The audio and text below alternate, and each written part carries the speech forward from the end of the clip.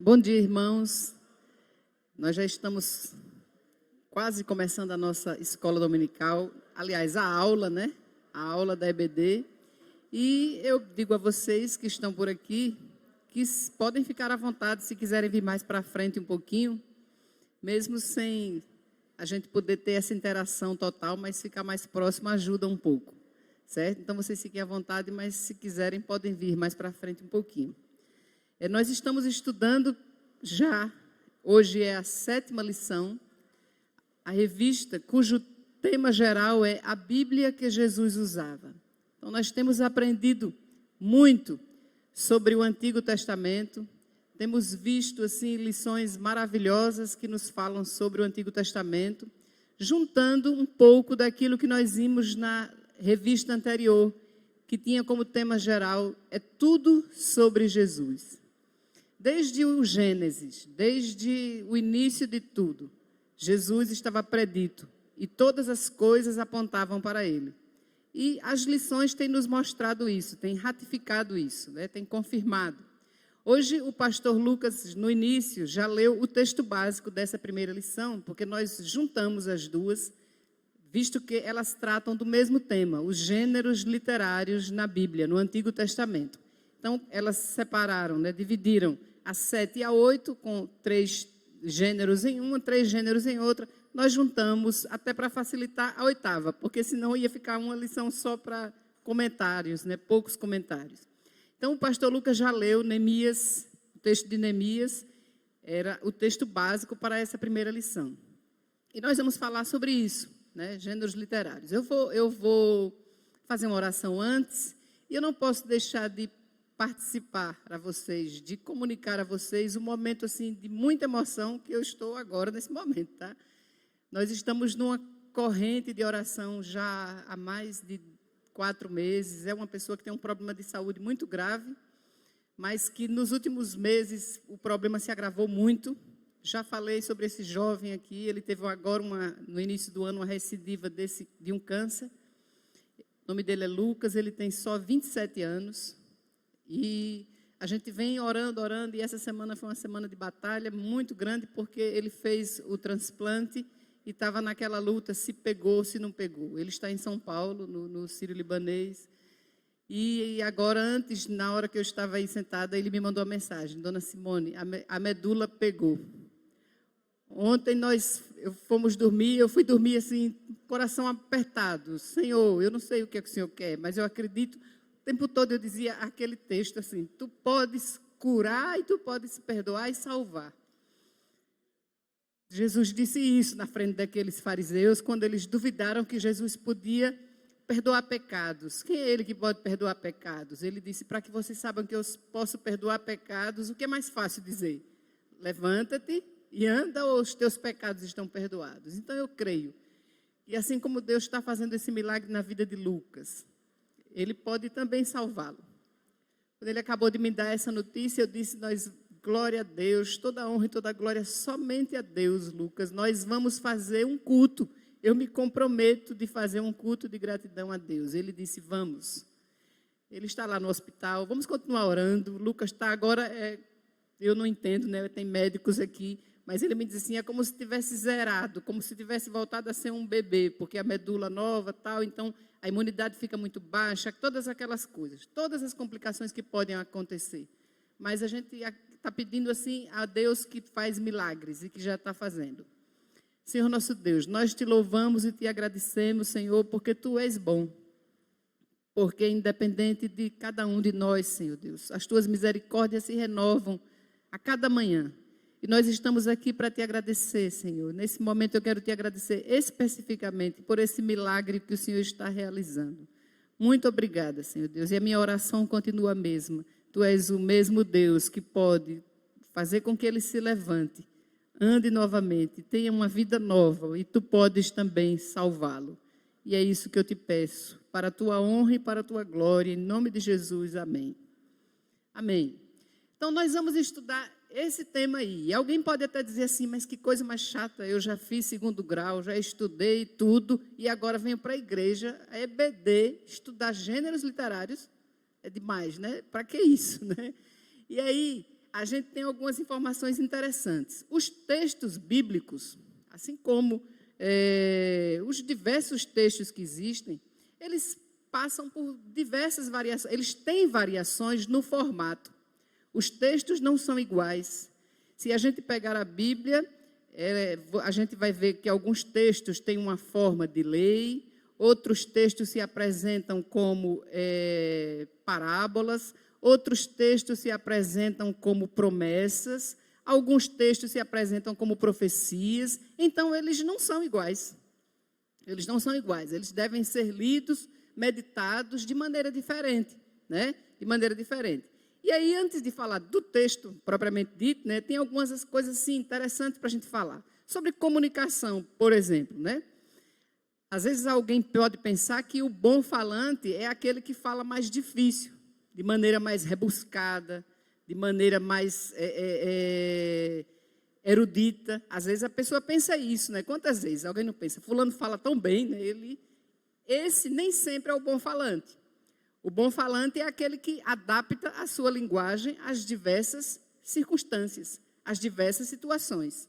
Ele sabe falar de maneira mais erudita, de maneira rebuscada, mas ele sabe também falar de uma maneira mais simples. Ele sabe falar nas diversas circunstâncias, ou seja, dando uma aula, mas ele sabe também conversar, bater um papo informal. Esse é um bom falante, né? É a pessoa que vai variando a sua comunicação de acordo com as circunstâncias. A maneira de abordar uma pessoa, de puxar um assunto, ela não pode ser igual, né? Às vezes a pessoa está numa situação em que você tem que falar de forma mais calma, mais baixinho, mais ali, caladinho. Às vezes você tem que falar de maneira mais animada. Isso tudo é variação de texto, variação de gênero, variação de modo, de forma, etc. Certo? Para a gente chegar no entendimento disso aí, né? Dos tais gêneros, certo? Um pregador, por exemplo, varia a abordagem, pelo menos ele deve variar. A abordagem que ele faz para quem ele está falando.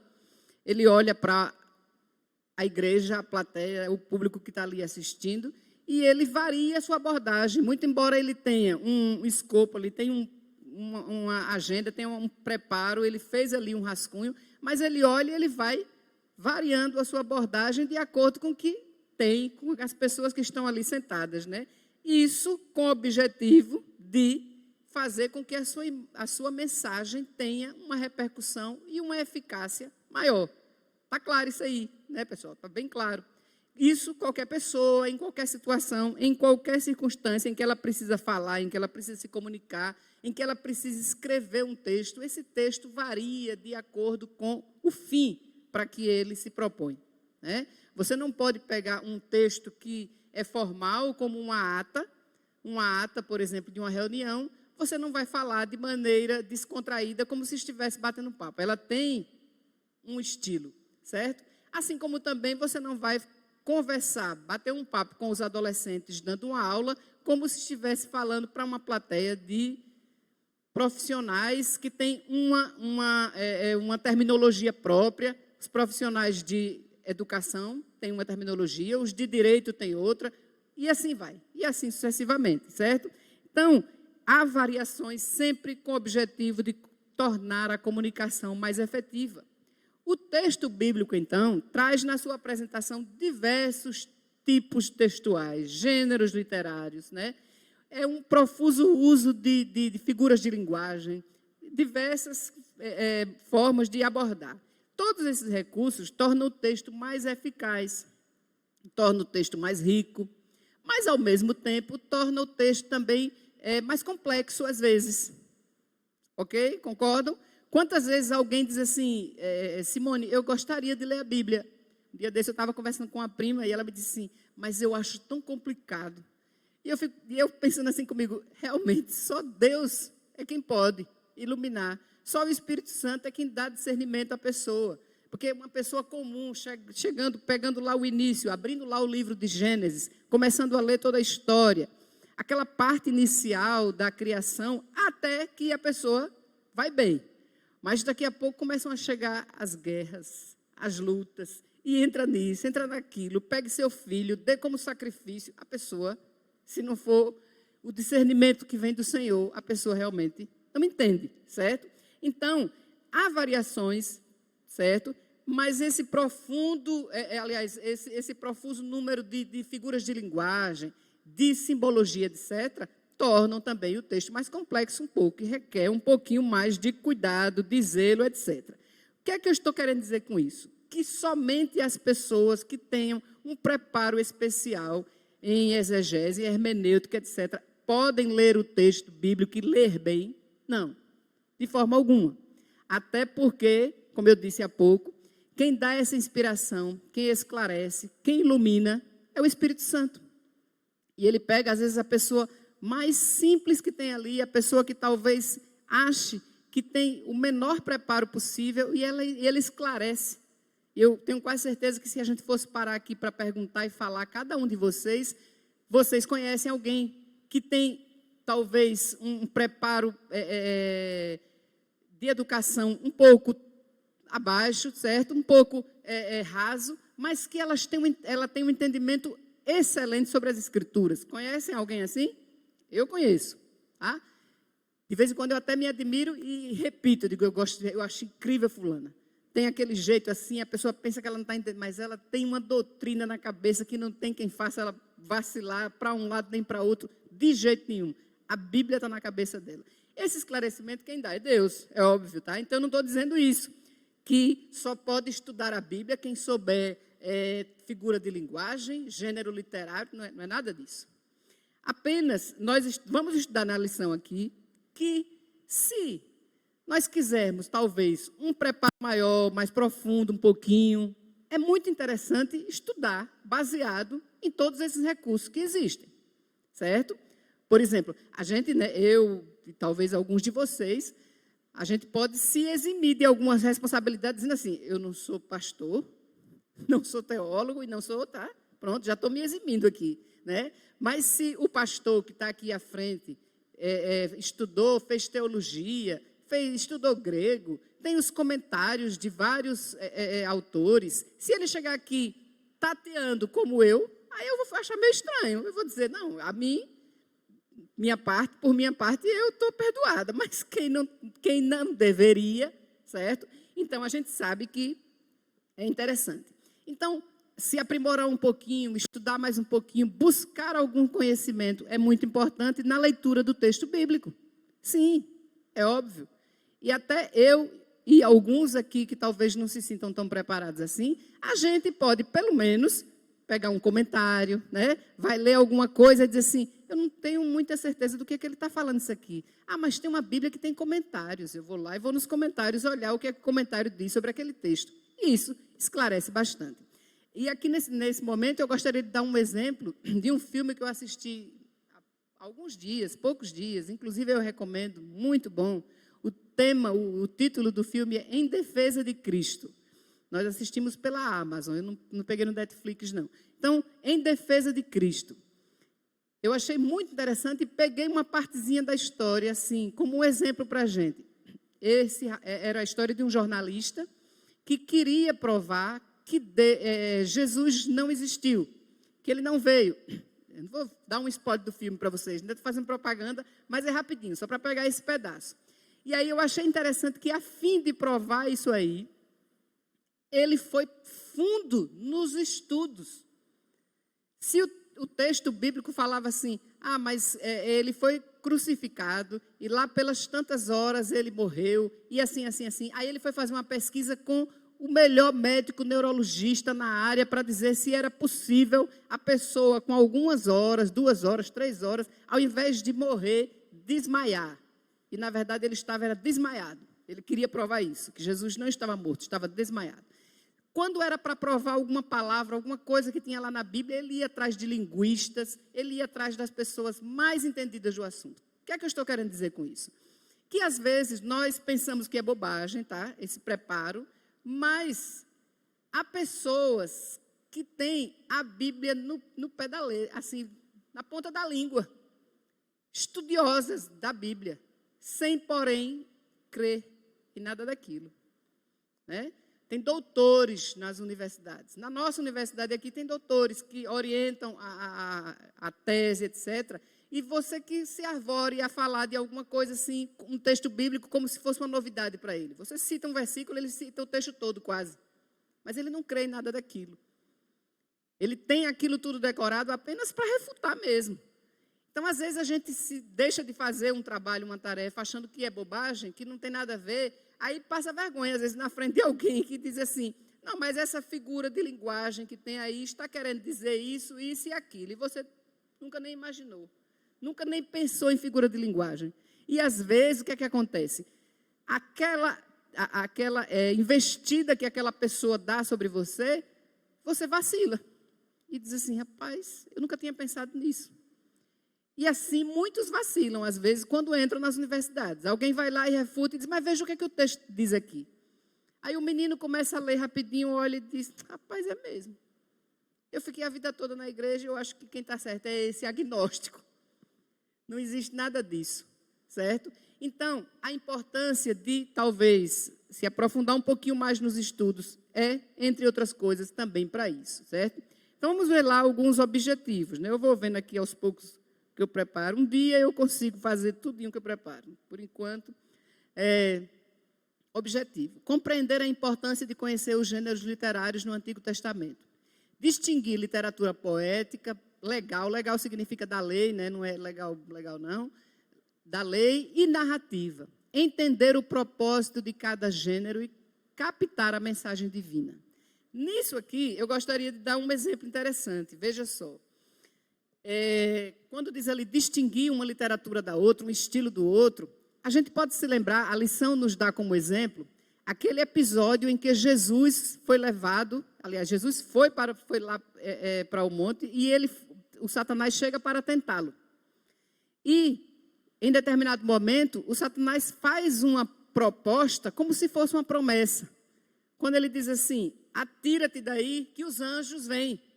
Mais ou menos assim, né? Vocês podem pegar o texto aí em Marcos, em Lucas, atira-te daí que os anjos vêm aqui, né? E te defendem. O que é que Jesus respondeu?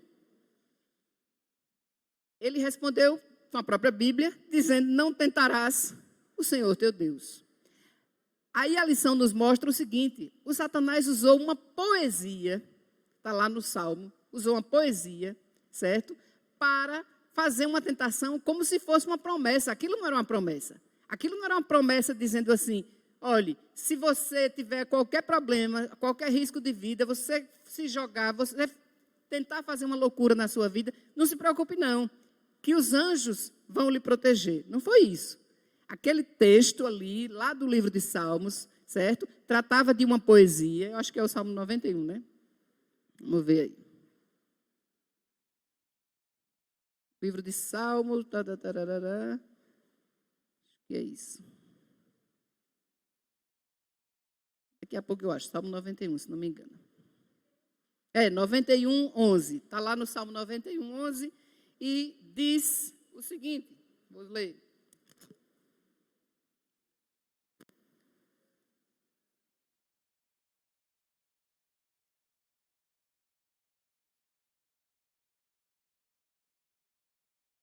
Salmo 91, 11 diz assim, porque aos seus anjos dará ordens a teu respeito, para que te guardem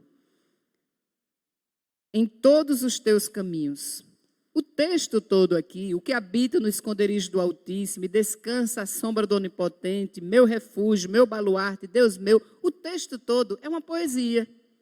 Aí a pessoa chega, pega um pedacinho da poesia, diz assim, olha, aqui está dizendo assim, que aos teus anjos ele dá ordem para que te guardem. Portanto, você pode fazer o que quiser. Aí a pessoa se expõe ao perigo, a pessoa comete alguma coisa, quase que uma atitude suicida, né? E diz assim, não, mas na Bíblia está escrito que ele manda os anjos e os anjos me protegem de toda coisa. Não é bem assim, certo? É claro que os anjos, tal, mas não é uma promessa para você fazer uma loucura. Veja que Jesus rebateu. Jesus disse, não, mas também está escrito, não tentarás ao Senhor teu Deus. Então, a gente não vai fazer uma loucura achando que aquilo está tudo no conforme, está tudo certinho, né? Então, a importância de se entender. Outra coisa, outro exemplo que a gente pode dar para fazer essa distinção. Aquela parte todinha inicial, lá do Pentateuco, dos 5 livros iniciais, que falam muito sobre as leis, as leis de relacionamento, as leis de como é que podiam se comportar, as leis por conta, inclusive, das deficiências sanitárias que havia, que não podia comer isso, não podia comer aquilo, tinha que ser daquele jeito. Aquelas leis, elas tinham um momento específico, muitas delas, claro, para temer ao Senhor, para obedecer ao Senhor, mas elas eram específicas. Muitas delas, como o articulista da lição chama, eram casuísticas, ou seja, eram tratadas caso a caso. Alguém adoecia porque acontecia isso, então devia se comportar desse jeito. Alguém precisava disso assim, devia... O que é que acontece? Algumas heresias surgem por conta de leituras desses textos e a pessoa funda uma igreja, abre uma comunidade pegando um versículo, um item dessa lei. Aí diz assim, está escrito aqui. Né? Aí pega lá um item daqueles ali, a mulher deve se comportar assim, não pode ser desse jeito, tem que usar véu assim. Aí a pessoa pega e cria, às vezes, uma heresia em torno daquilo ali, porque lê o texto que seria um texto para ler como a lei, naquele momento, em alguns aspectos, casos específicos que aconteciam, e ela lê como se fosse uma regra geral para toda a Bíblia e vai para frente, certo? Então, algumas heresias surgem, inclusive, por causa disso, ok? Entender o propósito de cada gênero, né, e captar a mensagem divina. O Antigo Testamento é composto de 39 livros, escritos por quase 40 autores em épocas distintas. Como diz aqui o autor da lição, da revista, bastava isso para a gente saber que as diferenças são gritantes. Há diferenças, há muitas diferenças, diferença de escrito, etc., diferenças de autores, né? Isaías era um erudito, o profeta Isaías era um erudito, né? Aí vem para Amós, se não me engano, Amós era um boieiro, um homem simples, um cuidador do campo. Então, a diferença entre a linguagem, a diferença entre as abordagens de um e de outro, a diferença é grande. Então, existem diferenças, né? Tudo isso pressupõe diferença de estilo, de escrita, de vocabulário, etc. Diversidade de gêneros literários no cano do Antigo Testamento. Aí vem algumas palavrinhas que a gente precisa deixar na ordem, né? Deixar em ordem. Às vezes alguém escuta assim, o cano, e essa palavra se trata não apenas na igreja, mas nas academias, né? Quando você está fazendo uma tese, uma coisa, o cano do grego significa medida, era uma vara de medida. Aquela medida ali era a que determinava, a que dizia que aqueles livros estavam fechados, tá? Formavam a coleção sagrada, então a medida era aquela ali. Os livros que estavam no cano, ou seja, que tinham aquela medida, eram esses aí, os 39 livros do Antigo Testamento. Para a gente saber depois, entender como eles foram arrumados dessa forma, né? Tem toda uma história, mas não foram arrumados de maneira aleatória, tá, pessoal? Às vezes alguém pensa assim, mas foram escritos por homens. Nós que cremos em Deus, sabemos que foram escritos por homens, inspirados por Deus. Sabemos disso, não temos nenhuma dúvida. Mas lá as pessoas têm essas dúvidas. Mas como foi que arrumaram e como foi que fizeram isso, etc. Né? Então não foi uma coisa à toa. Esses livros foram preservados, já é fruto da misericórdia, da bênção de Deus. Durante toda a história foram preservados aqueles escritos. Esses escritos foram atestados, ou seja, existem comentários que dizem que, por exemplo, o Novo Testamento, né, há mais de 5.000 cópias que foram achadas. Achadas, assim, cópias que eu digo, pedaços de papiro, pedaço de manuscrito, um pedacinho aqui, outro ali, um pedaço de barro que tinha alguma coisa escrita. Então, eles foram atestados. A Bíblia, vocês podem ter certeza que chama Bíblia porque significa coleção, né? São vários livros, daí dá origem à biblioteca, bibliografia. É um dos livros mais atestados, se não o mais atestado do mundo, certo? Essa história esse tempo todo em que foi escrito, né? 39 livros, quase 40 autores, em épocas distintas, eu acho que tem alguma coisa que se diz em torno de 1.100, 1.200 anos, alguma coisa assim. Então, ele foi preservado pela mão de Deus mesmo, tá? E é um milagre, né? Tudo isso pressupõe diferença, diversidade de gêneros, etc. Cada gênero requer um modo de interpretação específico Isso é básico em qualquer literatura. Aquilo que eu comecei a falar antes. Por exemplo, você vai assistir alguma coisa e você diz assim, mas isso é baseado em fatos reais? Não é verdade? A perspectiva da gente, a maneira de assistir, a maneira de ler, já muda. A gente fica assim pensando, isso é baseado em fatos reais. A gente já tem uma certa... Mas se você vai assistir algo que diz, não, isso é uma fábula, isso é uma parábola, isso é ficção. Aí você já sabe também, você vai preparado para aquilo. Coisa ruim, triste, quando você está assistindo a um filme, por exemplo, e você acha que ele tem um tipo de gênero, né, tem um gênero, e de repente você vê uma coisa assim, bem estapafúrdia acontecer, você diz, não, isso não existe. Não, eu sei que o filme é mentira, mas isso também é demais, não é verdade? Porque aquilo foge demais à realidade. Aquilo foge demais à realidade. Né? Como dizia aos alunos, eu dizia, quando vocês vão fazer a redação tem que ter uma certa verossimilhança. Você não pode, porque ali é um texto argumentativo. Você não pode falar de uma coisa que não existe. Então, você não pode falar do avanço da tecnologia citando exemplos que são inverossímeis. Né? Você chega assim e dizer, olha, a tecnologia avançou tanto que hoje basta a pessoa pensar e a luz acende. Menino, onde foi que você viu isso? Certo? A gente tem visto muita coisa, a gente vê do celular, você vai, faz isso, faz aquilo, mas isso aí você está viajando, aí também é demais, certo? Então, cada gênero requer um modo de interpretação. Uma poesia não pode ser interpretada como um código da lei. Assim como não pode ser interpretado como uma promessa, que foi o que o Satanás quis fazer com Jesus. Pegou um trecho da poesia, um versinho da poesia lá do Salmo 91, né? Aos teus anjos dará ordem para que te sustente e guarde, e lançou, então lança-te daí. Aí Jesus, não, mas também está escrito, não tentarás ao Senhor teu Deus. Então alguém pode chegar e querer enrolar, né? Vocês que são bem espertos aí, estão com a Bíblia na mão e podem ficar folheando, tem um salmo, não me lembro agora exatamente qual é, que começa assim, diz o louco no seu coração, não a Deus, não é? Está lá o salmo. Alguém pode abrir aquilo ali, pode, não a Deus. Está aqui escrito na Bíblia. Tá? Um exemplo bem gritante, mas as seitas e heresias surgem assim. A pessoa pega, na verdade, um trecho da Bíblia, pega um fato da Bíblia, pega algo que aconteceu ali, por exemplo, naquela circunstância, naquele momento em que havia aquela demanda lá na igreja, e Paulo teve que falar, não é bom que mulher não use o véu, que apareça na igreja assim. Era uma circunstância toda diferente, pessoal. Ali naquela cidade havia uma prostituição muito grande, havia as prostitutas cultuais, pessoas que iam para as igrejas, né, iam para lá para o templo local, com essa intenção, e chamava prostitutas cultuais, etc. E era uma vergonha. Então, aquelas pessoas começaram a se converter. E quando aquelas pessoas que tinham cabelo de determinada forma, elas começaram a se converter, havia todo um ritual que era necessário se fazer. Mas aí, não dá para pegar hoje um trecho daquele episódio e fundamentar uma doutrina de uma igreja a partir daquilo ali. Certo? Não é possível. Tá?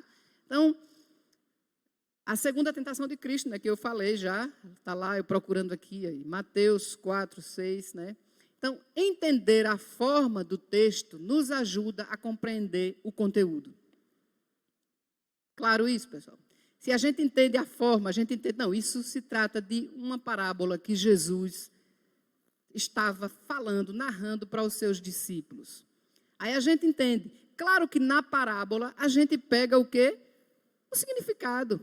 E pega o significado e a gente pega uma aplicação para a vida da gente. É o que os pastores fazem, eles pregam, às vezes de maneira expositiva, às vezes de maneira ilustrativa, temática, mas no final sempre tem o quê? Uma aplicação.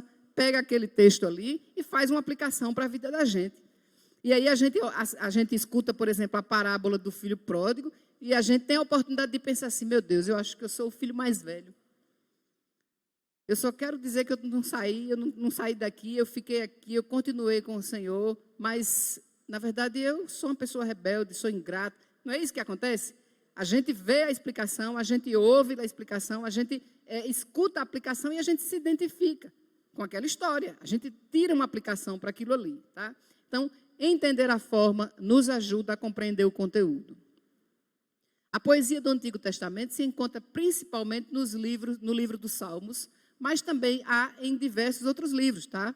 Em Jó, Isaías, Eclesiastes, Provérbios, em diversos outros livros aparece também essa forma, né, de texto. Uma característica predominante da poesia hebraica é o paralelismo, né? Às vezes, por isso que a gente vê, às vezes, o texto tão repetido e você fica, às vezes, sem entender, né? Meu Deus, eu leio um salmo inteiro dizendo, rendei graças ao Senhor porque Ele é bom. Adiante tem, rendei graças ao Senhor porque Ele é bom. E a sua misericórdia dura para sempre. Rendei graças. É uma poesia, é um formato, é uma maneira, né, de expor o texto. E aí ela, às vezes, pega um paralelismo. Esse paralelismo pode fazer um sinônimo, dizer um sinônimo, né? Está lá no Salmo 19, né? Os céus proclamam a glória de Deus. Não tem assim? Os céus proclamam a glória de Deus. Aí logo adiante diz assim, o firmamento é como se fosse um sinônimo do céu. E o firmamento anuncia as obras das suas mãos. Faz um paralelismo. O texto fica mais rico, fica mais arrumado, tá? E isso aí nos ensina, tá? A Bíblia nos ensina de maneira geral. A Bíblia nos ensina com os textos, nos ensina com a exposição, com a maneira como devemos abordar as pessoas. Jesus usou maneiras e maneiras de abordar alguém. Como é que Jesus chegou para a mulher samaritana? Como é que ele chegou para o homem que precisava ser curado e que estava ali na beira do tanque há 38 anos, acreditando provavelmente naquela lenda de que as águas viriam e ele ia ser... E ele não podia nunca entrar porque ele não andava. Como é que ele ia entrar?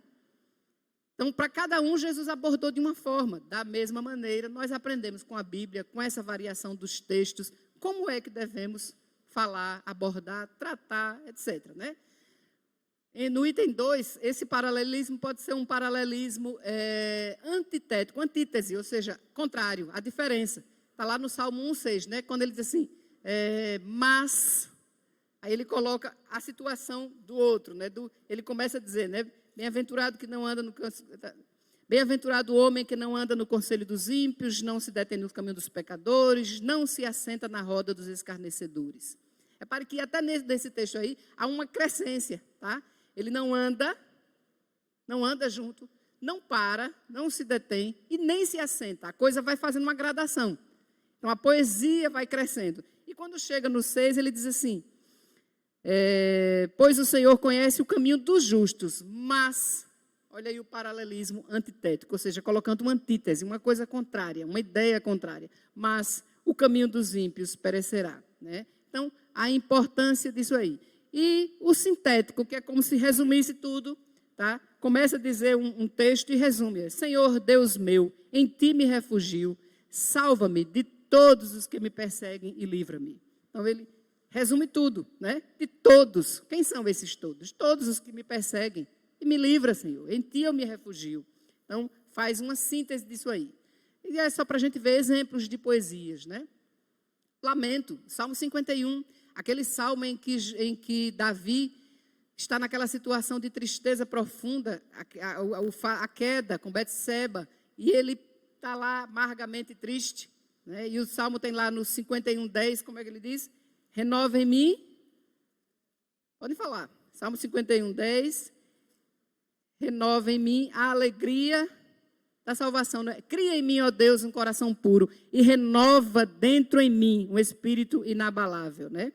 Então, Davi está lá sofrendo, compadece-te de mim, ó Deus, segundo a tua benignidade, apaga as minhas transgressões. E ele vai falando, adiante ele diz, restitui-me a alegria da tua salvação e sustenta-me. Olha aí uma coisa, um texto que a gente pode usar para refutar a ideia que alguns têm de que a salvação se perde, de que se perde a salvação. Esse texto.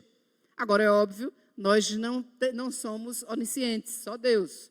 Então, nem sempre você pode dizer, eu tenho certeza. Você não tem certeza pelas pessoas. Mas o que você tem certeza aqui é que a pessoa não perde. Por esse texto aqui, certo? Quando Davi diz assim, restitui-me a alegria da tua salvação. Ele está dizendo, me dê de volta a alegria, mas ele não disse assim, restitui-me a salvação. Ele queria a alegria, mas a salvação ele tinha. A salvação era garantida, certo? Então, o conhecimento e o cuidado com o texto faz com que a gente fique assim, A gente lê, a gente escuta, né? E a gente presta atenção. Aí diz, não, eu acho que não é bem isso, não. Se alguém está me dizendo isso, não, mas não pode. Davi, lá naquele texto, está garantindo que é assim, assim. Então, quando a gente estuda mais, tem essa coisa boa, né? Então, Salmo 51, lamento. Adoração no Salmo 120, Salmo 134, são chamados salmos de degraus. Ações de graças, Salmo 116, né? Amo o Senhor porque Ele ouviu a minha voz. O Salmo que fala sobre o rei, né? Os Salmos reais, Salmo 1, Salmo 2, etc.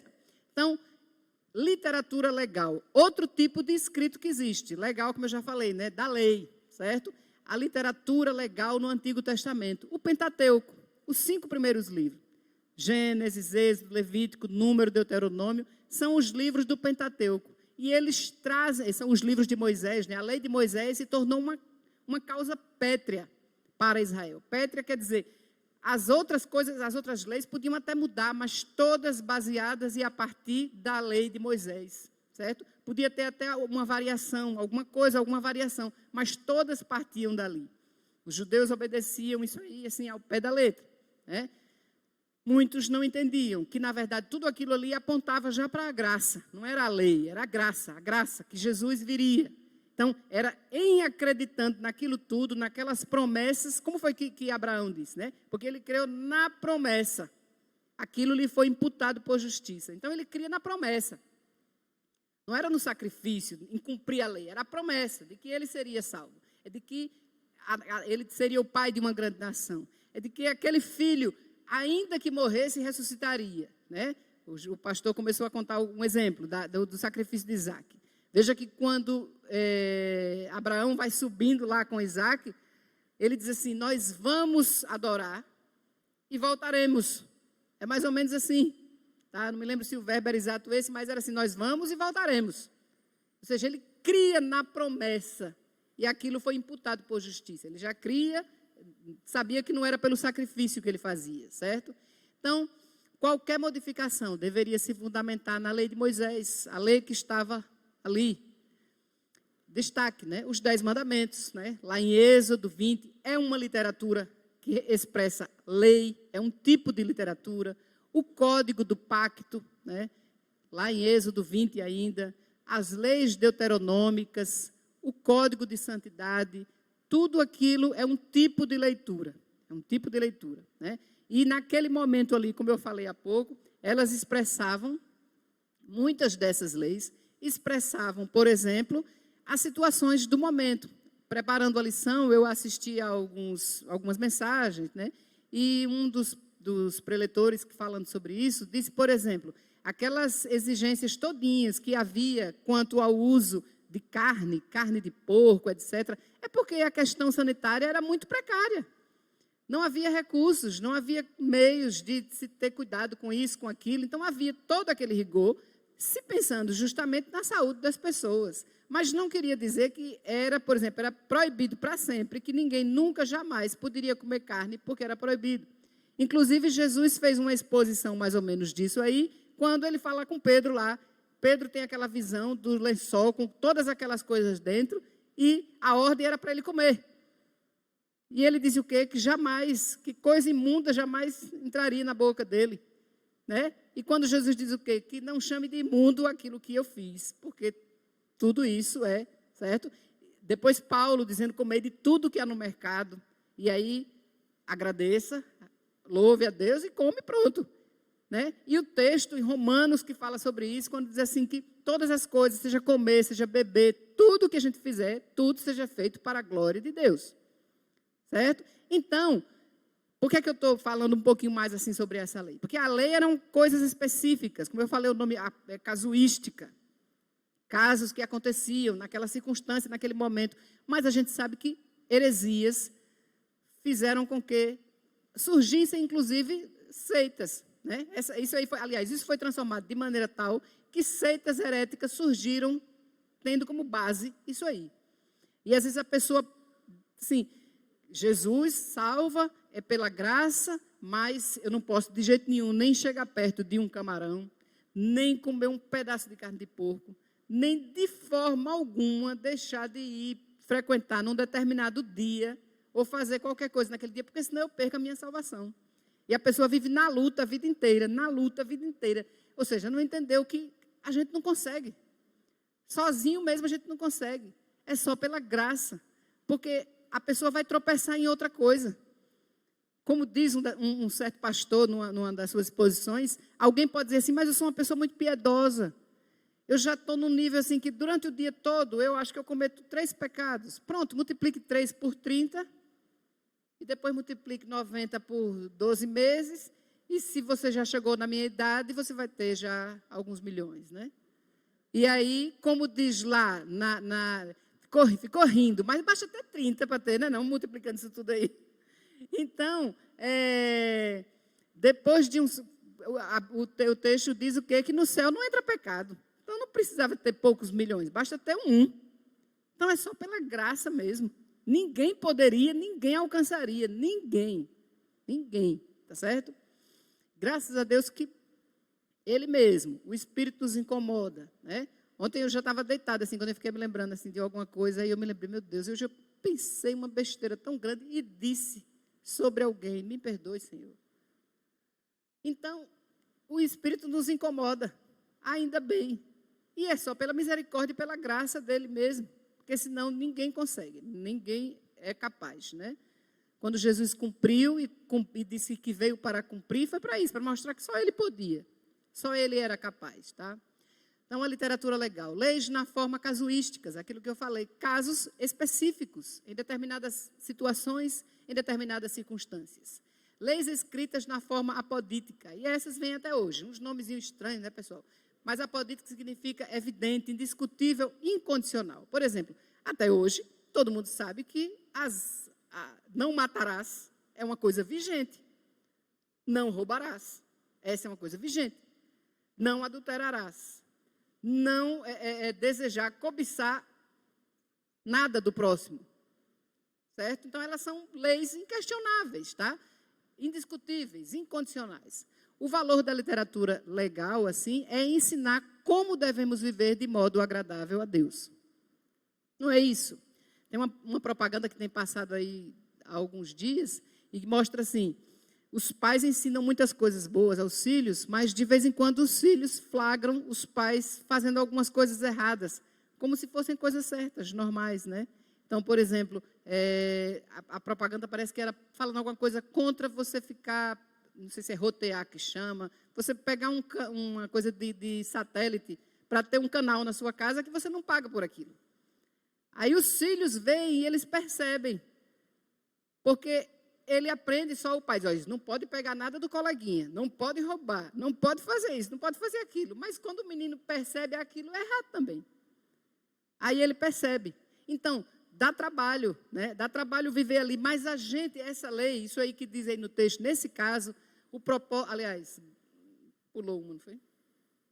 Ele diz lá, o valor da literatura é ensinar como devemos viver de modo agradável a Deus. É assim, é lendo a Bíblia. O pastor disse há pouco, corramos essa carreira, vamos treinar. A gente vai treinando e a gente vai aprendendo, a gente vai vendo, né? A gente vai lendo e vai vendo assim, isso eu não devo fazer mesmo não. Isso está errado. Isso eu devo fazer desse jeito. Eu acho que eu preciso pedir perdão a fulano, né? Eu acho que eu preciso falar, preciso sorrir, preciso ser mais assim, preciso reclamar menos, preciso não ser desse jeito. A gente vive o tempo todo nessa angústia. É ou não é, pessoal? Quem não tem esse padrão, quem não tem essa vara, quem não tem um paradigma, um modelo, não vive assim. Não se angustia. Está tudo normal, está tudo em paz, não é? Está tudo certo. Se não passou o troco corretamente, se não devolveu aquela bobagemzinha, se xingou alguém, se foi injusto com alguma pessoa, se fez o que quer que seja, que vai de encontro à vontade de Deus. A pessoa, porque ela não tem um padrão. Ela não tem um modelo, um paradigma, uma vara que corrige e que diz como é que deve ser, certo? Então, tudo isso serve para vivermos de modo agradável a Deus, tá? A literatura narrativa, grande parte do Antigo Testamento se encontra na forma narrativa. São narrações e narrações de histórias. E você lê aquelas histórias todas, né? E lê, e lê. Tem algumas que são super agradáveis. Você lê e você gosta, porque aí a gente já sabe qual é, o que vai acontecer, mas gosta de ler. Outras tantas são tristes e pesadas, né? Você vai ler e você fica assim, meu Deus, agora vai ser aquele momento, né? Que esses homens vão invadir a casa, vão pegar a moça. Ou então, aquele vai ser o momento em que o pai se precipitou e fez uma promessa de que se ganhasse aquela guerra, a primeira pessoa que ele visse, ele ia entregar como sacrifício. E a primeira pessoa que ele encontra, quem é? A filha. E aí você fica pensando, meu Deus, que texto, por que a Bíblia mostra isso? E aí já tem um ensino por trás daquilo ali, que a gente não deve fazer promessas precipitadas, que a gente não pode prometer o que não pode, que a gente tem que pensar antes. Na verdade, Deus não queria que ele fizesse aquilo. Ele se precipitou. Né? E aí você disse, sim, mas ele se precipitou e teve que fazer. Porque aí já vem outra coisa. Promessa é promessa. Aliança é aliança. Fez uma aliança. Certo? Ele tinha uma aliança, uma promessa. E era desse jeito mesmo. Então, os textos são dessa forma. Né? As narrativas são muitas na Bíblia. Nesse caso, o propósito da narrativa é, acima de tudo, proclamar a glória de Deus por meio de eventos da história de Israel. Havia muitos outros textos, pessoal, e textos bons, tá? Muitas pessoas que participavam também daquelas comunidades escreviam, mas foram esses aí, os específicos, que Deus permitiu e escolheu para que fizessem parte do cânon sagrado da Bíblia. E aí, cada um desses tem um objetivo. Nessas narrativas, um dos objetivos era esse, mostrar a preservação, a boa mão de Deus, preservando a história de Israel, preservando a história do seu povo, como a gente vê até hoje, não é verdade? Como a gente vê até hoje. A gente vai, no nosso dia a dia, tá certo? Nós fazemos parte dessa história, porque nós não conseguimos enxergar, é óbvio. Quem vê tudo é Deus, está acima vendo tudo. Mas eu fico imaginando assim, quantas vezes que eu quis ir por aquele outro caminho. E hoje, talvez por um pouquinho de maturidade, né, os cabelos brancos e tudo mais, aí a gente começa a pensar mesmo, né, se eu tivesse ido daquele jeito, teria sido terrível. Deus me trouxe meio que amarrada. Eu vim meio sem vontade, meio sem querer, mas Ele me trouxe, me botou aqui. Se fosse para eu escolher, talvez eu não viesse. Então a gente não entende muitas coisas. Às vezes os caminhos e descaminhos que pessoas amadas, queridas, os nossos filhos vão tomando. E a gente fica só na brecha, orando, pedindo, clamando, mostrando, né? De vez em quando orientando, perguntando a Deus assim. Às vezes eu falo alguma coisa, eu acho que eu estou sendo muito chata, estou falando demais, a pessoa vai se enjoar. Daqui a pouco essa mensagem não vai fazer mais diferença. A pessoa vai se chatear. Aí a gente se cala um pouco e fica nessa, tentando mudar de estratégia. Dessa mesma forma é a vida da gente, né? Deus fazendo algumas coisas para que aconteça. Então, o propósito da narrativa é isso, é esse, né? Na narrativa temos discurso formal, lá em 2 Reis, vocês podem ver depois, a lição tem tudo, e isso aqui eu posso passar para quem quiser. A literatura epistolar, ou seja, cartas, as genealogias. Quantas vezes a gente lê aquelas genealogias, né? A gente chega e enrola, genealogias, e a gente acha assim uma coisa tão maçante, né? E eu acho, pessoal, vocês podem até não achar, mas eu acho, tá? Só que tem uma coisa interessante, assim, propósito de afirmar a providência de Deus, preservando e sustentando seu povo ao longo da história. E fulano nasceu de fulano, nasceu de fulano, nasceu de fulano, até quando a gente vê lá assim, e Davi e Jesus, ou seja, a árvore vai chegando lá e chega em Jesus. Então, para ver assim, Deus sustentando, preservando a história, né? A genealogia também tem um objetivo. A narrativa tem grande valor como querigma. Às vezes a gente vê essa palavrinha como outras tantas, né? Um restaurante, uma loja, alguma coisa, querigma. Querigma significa mensagem, pregação, anúncio. As narrativas têm essa função de fazer uma pregação. Então, não são apenas informações históricas, mas a proclamação da bondade de Deus. Então, quando a gente lê aquelas narrativas todinhas, a gente pode ir vendo, passo a passo, né, a proclamação da bondade de Deus. boa parte do Antigo Testamento é composto de literatura profética. Olha aí, outro tipo de leitura, a literatura profética.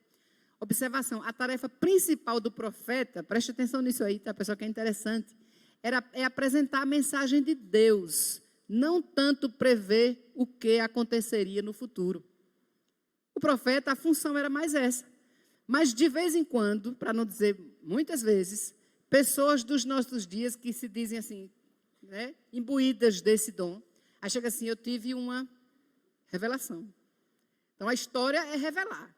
É dizer, né, é fazer uma previsão, é dizer o que foi que sonhou, o que foi que aconteceu, o que foi... Aí vem só uma dica, tá, pessoal? Sem querer entrar muito nessa coisa para a gente não polemizar, né? Mas só uma dica, que a função do profeta não era tanto prever. Não era tanto, tá? A tarefa principal do profeta era apresentar a mensagem de Deus. Ele chegava e apresentava a mensagem. E não era uma coisa simples nem fácil, não, porque o profeta muitas vezes já era mal visto. Lembra-se daquele profeta que o rei disse assim, já vem fulano outra vez para falar uma coisa que vai de encontro a mim. Tudo que ele prevê é para ser contra, é para ser mal. Lembram-se desse? Então, ele muitas vezes ia pregar a palavra, ele ia dizer, ele ia proclamar a palavra, tá? Então, o profeta era uma espécie de guardião da lei do Senhor. Muitas vezes, eles usavam da seguinte estratégia, eles chegavam nas portas das cidades. As cidades geralmente eram muradas, né? Então, tinha aquela porta autona lá. Ele ficava na porta da cidade, gritando a plenos pulmões, falando, dizendo, né? Prepara-te, ó Israel. O Senhor teu Deus está vindo, faça isso, aconteça aquilo. E ele ia lá pregando e falando desse tipo. Não era uma coisa fácil. O pastor falou hoje, o profeta Isaías foi cerrado ao meio. Imagina uma pessoa ser cerrada ao meio. Se fosse assim, até era uma coisa mais rapidinho, né? Mas umas figuras que eu vi era cerrada assim, na longitudinal, né? No sentido contrário, assim, em pé. Então, o profeta era uma espécie de guardião, um guardião da lei do Senhor. O profeta convocava o povo da aliança ao arrependimento. Em muitos textos bíblicos lá dos profetas, né, nós víamos isso aí. Arrependam-se, arrependei-vos. Não era essa a mensagem? A mensagem lá do último deles, antes de Jesus chegar, do João Batista, era o quê? Arrependei-vos, que o Senhor está vindo. Arrependei-vos. E alguém perguntou quem era ele, quem era aquele homem que estava falando daquele jeito. Ele dizia, sou a voz que clama no deserto. Então, era um clamor no deserto, pregando isso aí. Através de Abacuque, o Senhor disse que a lei se afrouxava. Lembram-se disso? Diz assim, a lei se afrouxa. Não há justiça. Vocês não atendem às necessidades das viúvas, dos pobres, etc. A lei é frouxa. E Abacuque disse, até quando, Senhor? Até quando clamarei eu nas praças? Né? Então, era desse jeito. Jonas é uma narrativa da pregação. Ele não foi lá prever coisas assim, excepcionais. Ele vai narrando, o texto todo narrando. Né? Muitos profetas hoje apenas querem prever o futuro. Né? Aí chama de profeta. Vai lá, faz uma previsão, etc. E às vezes a coisa vai um pouquinho de encontro. Né? Às vezes você está lá, orando, pedindo a Deus, orando, você tem um texto no seu coração, tem uma mensagem, tem uma promessa que ele diz assim, aquele que começou a boa obra há de completá-la até aquele dia. Aí a pessoa vem e lhe faz uma profecia que enlouquece. Você fica pensando, meu Deus, eu estou acreditando nisso aqui, que o Senhor vai completar essa boa obra. E a pessoa vem e me faz uma... Tá? Então a pessoa tem que estar muito atenta ao que ouve. Certo, pessoal? A escola dominical serve para isso. A igreja serve para isso, as mensagens servem para isso. A gente tem que estar atento. E alguém aqui, né, pode dizer assim, Simone, aqui nós todos já somos calejados, não tem nada que nos derrube. Cuidado, né? Cuidado. O texto bíblico diz o quê? Aquele que está em pé, ou que pensa que está em pé, olhe, não caia, né? Existem várias artimanhas variadas, né? Coisas que vão entrando sutilmente. Algumas entram assim, de forma muito tosca, grosseira, e a gente percebe logo, não, isso é uma heresia, isso é uma loucura. Mas algumas não, algumas entram sutilmente. Vem no bojo daquela história do politicamente correto, vem no bojo daquela história do tudo é relativo, isso é relativo, a gente pode ser mais assim, aqui é ser um pouquinho para cá, um pouquinho para lá. Quando a gente percebe, a gente já está totalmente envolvido na história, certo? Então, tem alguns teólogos atuais muito bons, tá? Pessoas muito preparadas, mas que têm sido adeptas da teologia liberal. E para essas pessoas, por exemplo, a narrativa bíblica do Gênesis é uma ficção. Não existiu, não é real, é uma simbologia apenas. E aí, como diz o pastor, o presbiteriano pastor Hernandes, e outros tantos dizem, se eu nego aquela narrativa ali, digo que ela não é real, eu estou negando tudo, todo o resto. Porque é lá no texto bíblico, lá no início, em Gênesis 3,15, que há uma promessa de que viria aquele que esmagaria a cabeça da serpente. Não é lá que está a promessa? Então, se eu digo que aquele texto ali é uma ficção, uma simbologia, Jesus não veio, tudo é mentira, certo? Então, por que eu dei esse exemplo? Porque são pessoas cultas e preparadas, pessoal. Pessoas que publicaram uma fé, que professaram uma fé e que disseram que elas não iam abrir mão, mas elas estão abrindo mão. A coisa está apertando e elas estão abrindo mão, muitas delas, né? Então, a gente tem que ter cuidado. O ponto alto é o discurso do profeta ao povo da aliança. Havia um pleito, um litígio, uma luta, uma questão, certo? O profeta é um porta-voz do Senhor. Outros tipos de discurso comuns na literatura profética incluem, aí eu vou correr rapidinho, né? Oráculo da salvação, parábolas, alegorias e provérbios, alguns ditos numéricos. Lembra daquele texto que diz assim, 6 coisas o Senhor abomina, a 7ª, lembra? Então, ditos numéricos. Então, existiam algumas máximas, um aforismo, assim, dizia. Então, aquilo ali era uma literatura, né, profética, diz alguma coisa e usa o texto, aliás, o dito numérico. Lamento, etc. Os profetas proclamavam suas mensagens nas ruas, como eu já falei, nas praças, nos mercados, nas portas das cidades, a fim de serem ouvidos, cantavam ou expunham litígios. Diziam qual era o litígio, ou seja, qual era a questão, qual era a briga, o que era que estava acontecendo. Aí eles expunham, mostravam e diziam, faziam as imprecações, o que é que poderia acontecer, né, com aquele povo. Aí vem a literatura sapiencial. Sapiencial, o nome já diz, de sapiência, de sabedoria, o homem sapien, né? Homo sapien. Então, o livro de Jó, os provérbios, né? O livro de provérbios e Eclesiastes. Lembra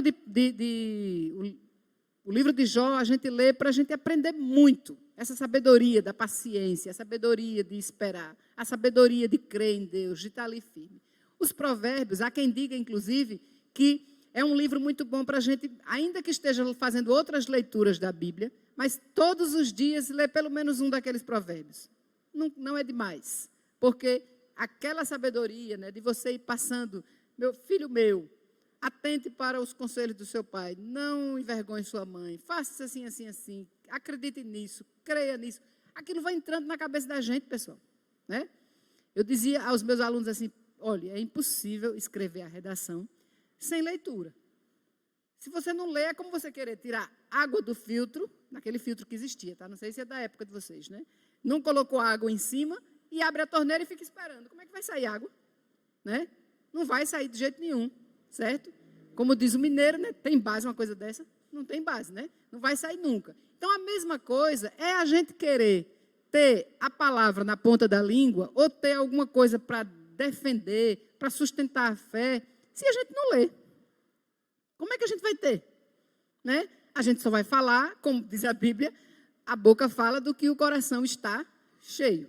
Né? Então, se eu não tenho o que está cheio no meu coração, é rancor, mágoa, tristeza, dor, ódio, é isso que vai sair da minha boca, pessoal. Não tem jeito, certo? Então, a instrução da sabedoria.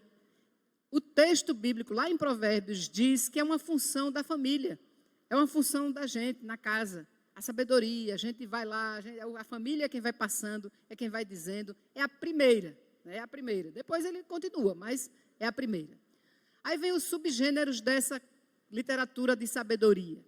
Provérbios, né? Os aforismos que são mesmo que ditados populares, máximas, esses aforismos. O dito sábio, o dito numérico, aquele que já falei. A admoestação, ordens, a alegoria. Alegoria são as figuras de linguagem, as várias figuras de linguagem que aparecem num texto, tá certo? Por exemplo, esse texto aí é uma narrativa grande, boa, que é contando aquela história do rapaz, lá em Provérbios 5, né? Que vai passando pela rua e tem um observador da história, dizendo assim, e ele é carecente de juízo. Ele vai andando, né, pela rua, aí a mulher adúltera está lá na porta da sua casa e diz assim, meu marido viajou, a minha casa já está arrumada, perfumada, vamos lá em casa, embriaguemo-nos do amor. Então, ele é carecente de juízo, certo? Essa narrativa todinha aí, cheia de metáforas. São metáforas, várias metáforas que são usadas. Metáforas são figuras de linguagem que fazem uma comparação com a realidade. Pega uma figura que não é exatamente aquilo, mas vai fazendo, para mostrar a vida da gente. Às vezes, a gente andar à toa por aí, a gente vai achar, como é que diz assim, tem uns ditadozinhos populares, né? Quem procura, não sei o quê, aí a pessoa anda assim meio, aí acha. Formiga, quando quer se perder, cria asa, né? Coisa desse tipo que alguém diz. Então, é mais ou menos assim, essa alegoria, tá? O canto exemplar, a narrativa autobiográfica, né? Eclesiastes, por exemplo. Eclesiastes que o pregador chega lá e diz assim, há tempo para tudo debaixo do sol.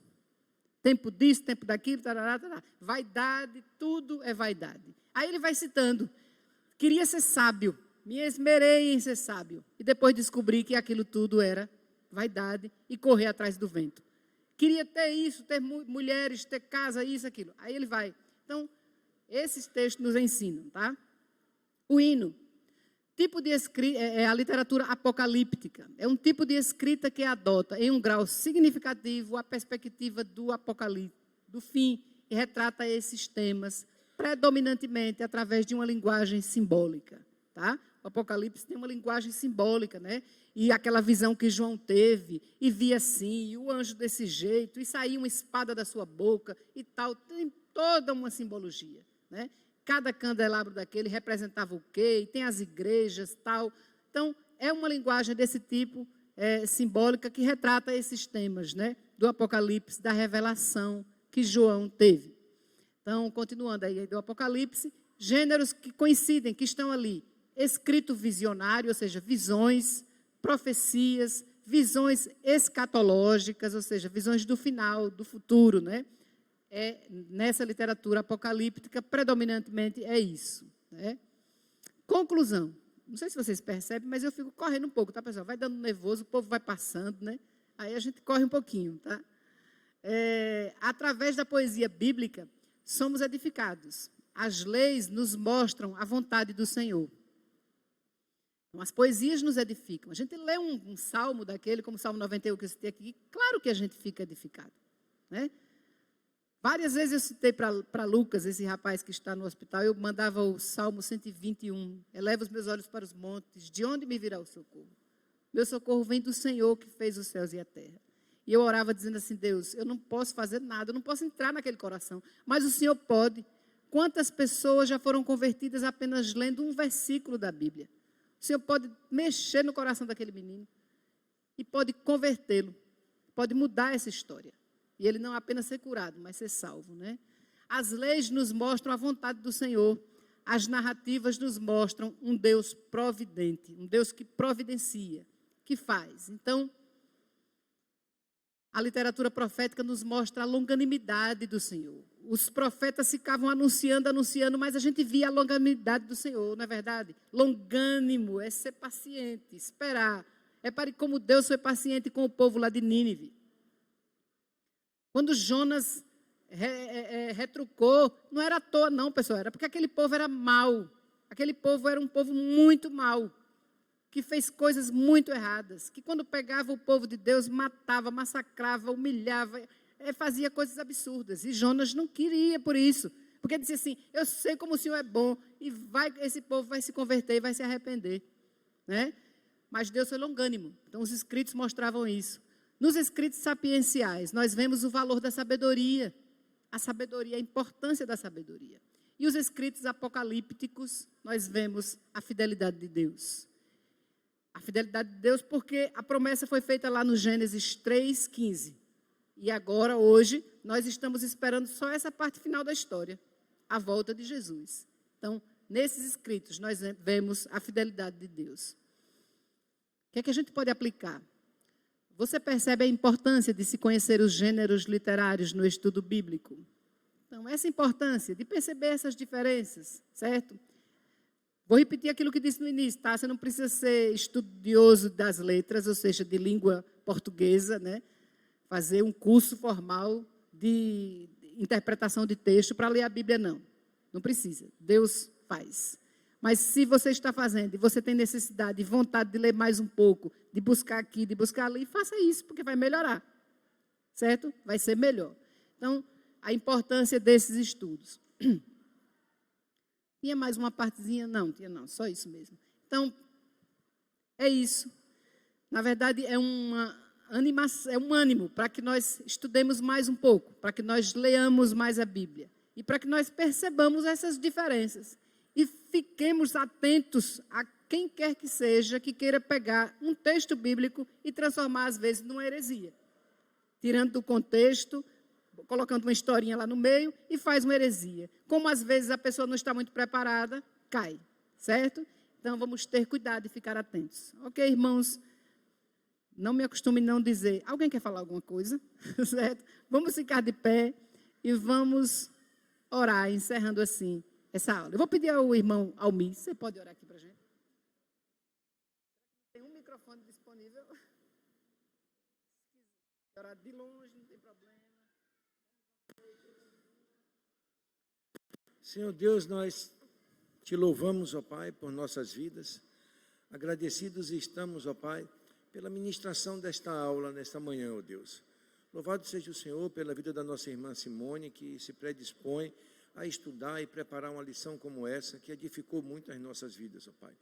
Nós agradecemos ao Senhor por esta manhã, pela Tua graça, pela Tua misericórdia derramada sobre nós, em especial sobre a vida da irmã Simone, que preparou essa lição e que nos trouxe um conhecimento maior de tudo aquilo que nós temos vivido e muitas vezes não prestamos atenção a determinados detalhes, como foram explicados nessa manhã.